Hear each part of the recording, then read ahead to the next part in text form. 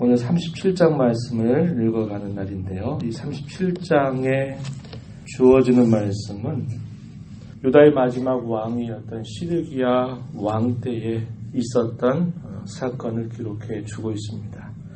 시드기야 왕은 이 바벨론 왕 느부갓네살이 유다 땅을 다스리는 왕으로 삼았던 사람이었습니다. 그런데 이 시드기야는 하나님의 말씀을 듣지 않고 주변에 있는 나라들을 계속적으로 의지했던 왕입니다. 그래서 당시에 선지자 예레미야가 끊임없이 바벨론에 순응하는 것이 하나님의 뜻이고 거기에서 순응하게 된다면 하나님께서 그들 백성들을 다시 번영하게 해서 이 땅에 다시 돌아오게 하실 것이다. 이렇게 계속적으로 말씀을 전하지만 이 시드기야는 이 예레미야의 말을 듣지 않습니다. 하나님의 말씀을 듣지 않는 그런 태도를 유지하고 있습니다. 2절 말씀에 본문 가서 보시면은 그와 시드기야 왕을 말합니다. 그의 신하, 그의 땅 백성이 여호와께서 선지자 예레미야에게 하신 말씀을 듣지 아니했다. 이렇게 표현했습니다. 그러한 상황 속에 이 유다 나라는 이 갈대아인들, 이 바벨론 나라의 군사에 의해서 에워싸이는 위기를 맞게 됐습니다. 그래서 예루살렘은 에워싸여 있는 상태이고 요새라고 불리는 두 지역만이 간신히 남아있는 그런 상태였습니다. 큰 위기를 만나게 되니까 이 시드기야가 신하들을 보내가지고 예레미야에게 이렇게 부탁하는 것이죠. 3절에 너는 우리를 위해서 우리 하나님 여호와께 기도해라. 위기를 모면하게 해달라고 너 선지자 예레미야야 간절하게 하나님 앞에 기도해라. 이렇게 요청을 하였습니다. 그러한 기도를 요청하고 난 다음에 어떤 일이 생겼냐면 갈대아인들이 예루살렘을 에워싸다가 애굽의 군대가 출전했다라는 이야기를 듣고서는 갈대아인들이 잠시 예루살렘을 떠나게 됩니다. 상황적으로는 위기를 모면하게 된 것입니다. 시드기야는 생각했을 것입니다. 아, 그렇지. 갈대아인들이 더 이상 우리를 공격 못하겠지 생각하고 바벨론이 애굽 나라가 우리를 도와주니까 이런 위기가 벗어난다. 이런 생각을 했을 것입니다. 그러자 하나님께서 선지자 예레미야에게 말씀하십니다. 잠깐은 떠나가는 것처럼 보이지만 이 바벨론 군사들이 다시 와서 너희를 칠 것이다. 그리고 이 성을 불태워버릴 것이다. 라고 예레미야에게 알려주세요. 그러면서 그 말을 전하게 되고 그러고 난 다음에 선지자 예레미야가 예루살렘에서 베냐민이라고 하는 땅으로 자신이 분깃을 얻으려고 그 땅으로 가다 보니까 당시에 문직이었던 이리야라고 하는 사람이 예레미야를 붙잡습니다. 그러면서 대뜸 하는 말이 네가 지금 갈대아인들에게 항복하고 너 혼자 살려고 지금 가고 있는 거 아니냐 이렇게 말합니다. 13절 끝에 가서 보면은 이렇게 말해요. 내가 갈대아인에게 항복하려 하는도다. 너 혼자 가서 투항하려고 하는 거지. 이렇게 오해를 하게 된 것입니다. 예레미야는 아니라고 말합니다. 절대로 그런 일이 아니다라고 얘기하지만 예레미야의 말을 듣지 않고서 이 이리야는 이 예레미야를 잡아서 요나단의 집, 당시에 서기관이었던 요나단의 집에 가두고서 이를 심히 때리는 악행을 저지르게 됩니다. 그리고 웅덩이 속에 스스로 빠져나올 수 없는 웅덩이 속에 이 예레미야를 가두어 버리는 것이죠. 그러고 난 다음에 며칠이 지나서 시드기야 왕이 이 예레미야에게 찾아와서 혹시 하나님께서 내게 무슨 말씀을 하시더냐라고 묻는 것입니다. 그때 예레미야가 이 시드기야에게 또다시 말합니다. 이 시드기야는 예레미야에게 좋은 말 듣기를 원했을 거예요. 좋은 말을 좀 해줘라 이렇게 기대했을 것입니다. 그러나 시드기야는 하나님이 그에게 주신 말씀이 어떤 것도 덮으실 수도 없고 뺄 수도 없는 선지자였습니다. 그래서 그는 시드기야 왕이 또다시 말하죠. 17절 가서 보면 왕이 바벨론의 왕의 손에 넘겨질 것입니다. 이렇게 답변합니다.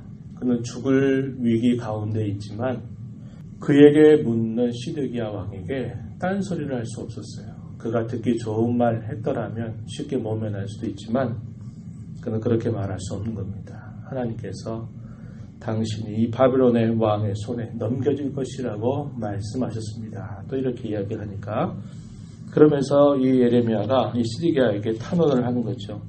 왕이시여 도대체 내가 무슨 죄를 왕과 신하와 이 백성들에게 내가 범하였다고 나를 이렇게 감옥에 가두었습니까?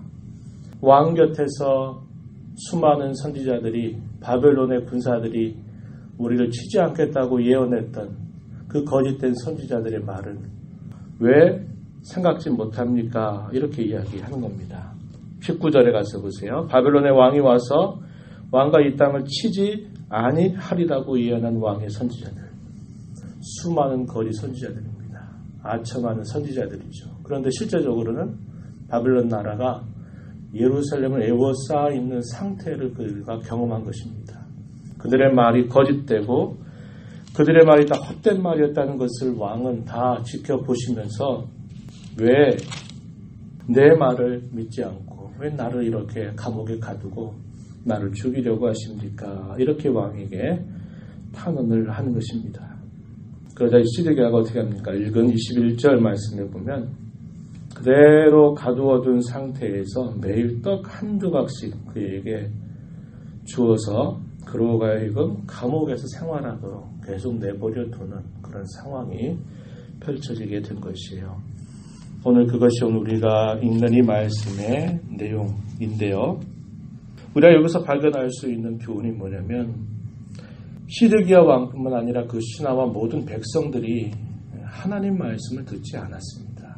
듣지 않는 가운데 위기에 처하니까 뭐 하는 겁니까? 예레미야야 너 하나님께 좀 도와달라고 간절히 기도해라 이렇게 말해요. 하나님 말씀을 듣지 않는 가운데서 하나님께 도움을 구한다. 이건 굉장히 거짓된 것입니다. 하나님 말씀을 듣지 않고 하나님이 말씀하시는 살 길은 가지 아니하면서 기도한다. 이건 하나님을 아주 모욕하는 행위가 되는 것입니다. 거짓된 기도고 헛된 기도라고 하는 거예요. 그래서 성경은 말하죠. 하나님 말씀에 귀를 기울이지 않는 기도는 가증하다. 하나님 이렇게 말씀하시는 겁니다. 마음과 태도가 하나님을 의뢰함이 없이 필요할 때는 하나님의 도움을 삼으면서도 여전히 자기의 길을 고집하면서 걸어간다면 그것은 역시 하나님을 욕되게 하는 행위임을 우리는 볼 수 있는 것이죠.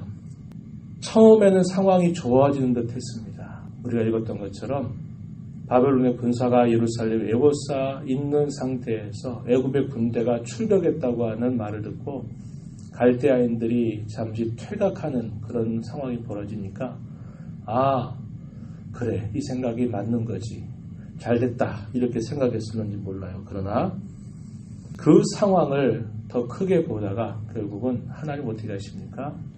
잠시 잠깐의 위기로 머무는 것일 뿐이다. 다시 바벨론의 군사들이 너희를 에워쌀 것이고 이 성이 결국 불타게 될 것이다 라고 이렇게 말씀을 하시는 것입니다. 그저 듣기 좋은 말 그런 말에 마음을 기울이다 보면 항상 이렇게 그릇된 판단을 하게 되고 그릇된 길에 빠져 들어가게 된다는 것을 우리는 교훈으로 배울 수 있는 것이죠. 오늘 저와 여러분이 말씀을 보면서 우리의 중요한 신앙의 자세는 언제나 하나님의 말씀을 듣는 일에 그리고 하나님을 의뢰하면서 하나님께 기도하고 도움을 구할 때 하나님은 그것을 기뻐 받으신다라는 것입니다. 우리의 마음은 없는데 그저 입술로만 도와달라고 아무리 간구한다 한들 하나님은 그런 것을 결코 기뻐하지 아니하시는 분이시다. 그것을 우리가 배우게 되는 것이죠. 이 말씀 우리 마음에 간직하면서 무엇보다도 우리의 마음을 하나님께로 향하고 우리의 모든 일들을 하나님 앞에 의뢰하는 겸손한 자세를 가져야 할 것입니다. 그러면서 하나님께 도움도 구하고 말씀에 귀를 기울이고 말씀을 통해서 오늘 내게 뭐라고 하시는지를 우리 마음에 받아서 그 말씀에 예민하게 반응하며 살아가는 삶을 하나님은 저와 여러분에게 기대하고 계심을 마음에 간직하는 자로 우리 남은 생애를 살아가는 모두가 되기를 진심으로 바랍니다. 하나님 아버지 감사드립니다. 오늘도 주 안에서 복된 날, 거룩한 날 저희들에게 허락하셔서 한 주간 동안 흩어져 살던 저희들을 또다시 주의 면전으로 불러주심을 감사합니다. 은혜 주시려고, 도와주시려고, 불쌍히 여겨주시려고, 하늘의 기쁨과 평안과 즐거움을 우리에게 주시려고 구별해 주신 날이 오니 주의 구원함을 받은 모든 백성들 하나님 앞에 사모하는 마음으로 주 앞에 모두 모이게 하시고 하나님을 예배하는 거룩한 주일이 되게 하여 주시옵소서. 오늘도 읽은 말씀을 통해서 또다시 우리의 신앙의 교훈을 배웁니다. 하나님을 찾고 하나님을 의지하고 하나님께로 마음을 향하지 않은 채 하나님께 그저 도움을 구하는 기도가 헛된 줄 저희가 배웠습니다. 무엇보다도 저희들의 마음이 늘 하나님을 향하여 겸손한 마음으로 주의 은혜를 사모하고 주의 주시는 말씀을 언제나 귀담아 듣게 하시고 그 말씀에 의지하여 하나님을 향하여 간절하게 기도하며 힘써 살아가는 저희 모두가 되도록 도와주시옵소서. 은혜의 보호자 앞에 나와서 간구하는 모든 심령들에게 크신 은혜와 긍휼을 베풀어 주시옵소서. 예수님 이름으로 기도하옵나이다. 아멘.